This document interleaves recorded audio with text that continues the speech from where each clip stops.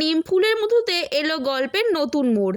বেশ কিছুদিন ধরেই টলিপাড়ার অন্দরে গুঞ্জন চলছিল এবার নাকি শেষ হতে চলেছে জি বাংলার অন্যতম জনপ্রিয় ধারাবাহিক নিমফুলের মধু।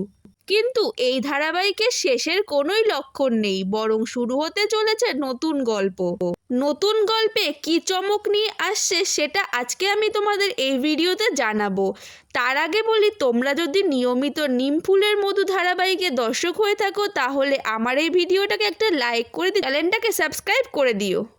এর আগেও বহুবার কয়েক বছর করে এগিয়েছে গল্প, কিন্তু এবার একেবারে এক ধাক্কায় 20 বছর এগোলো গল্পের মোড়। নতুন গল্পে এলো নতুন নায়িকাও। বেশ কিছুদিন ধরেই ছোট পর্দায় অভিনেত্রী সমু সরকারের ফেরার খবর আসছিল। জল্পনাকে সত্যি করে এবার পর্ণার মেয়ে পুটির চরিত্রে দেখা যেতে চলেছে তাকে। সম্প্রতি চ্যানেলের পক্ষ থেকে মুক্তি পেয়েছে নিমফুলের মধু ধারাবাহিকের নতুন প্রোমো, যেখানে দেখা যাচ্ছে 20 বছর পর দত্তবাড়ির এক অন্য ঝলক। বাড়ির পরিবেশ মাতিয়ে রাখে পুটি। মারা গিয়েছেন জেঠু, কিন্তু জেঠুর স্বভাব ধরে রেখেছে তার ছেলে।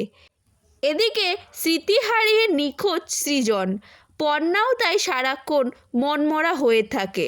নতুন গল্পে দেখানো হচ্ছে যে পর্ণার আবার ছেলে হয়েছে, তাই বাবুর মা বাবুর বাবুকে নিয়ে ব্যস্ত। এরই মধ্যে হঠাৎ বাড়িতে পুলিশ আসে, আর পর্ণা যেহেতু একসময় সাংবাদিকতা করত তাই তার কাছে সাহায্য চায় পুলিশ। এক গুন্ডার দলকে ধরার জন্য পর্ণাকে সাহায্য করতে বলে পুলিশ। পরক্ষণেই দেখা যায় সেই গুন্ডা দলের সর্দার সৃজন। স্মৃতি হারিয়ে একেবারে অন্য লুকে ধরা দেয় সে। এদিকে তার সঙ্গে দেখা যায় অভিনেত্রী আয়েন্দ্রি রায়কে, সেও গুন্ডা দলের সদস্য।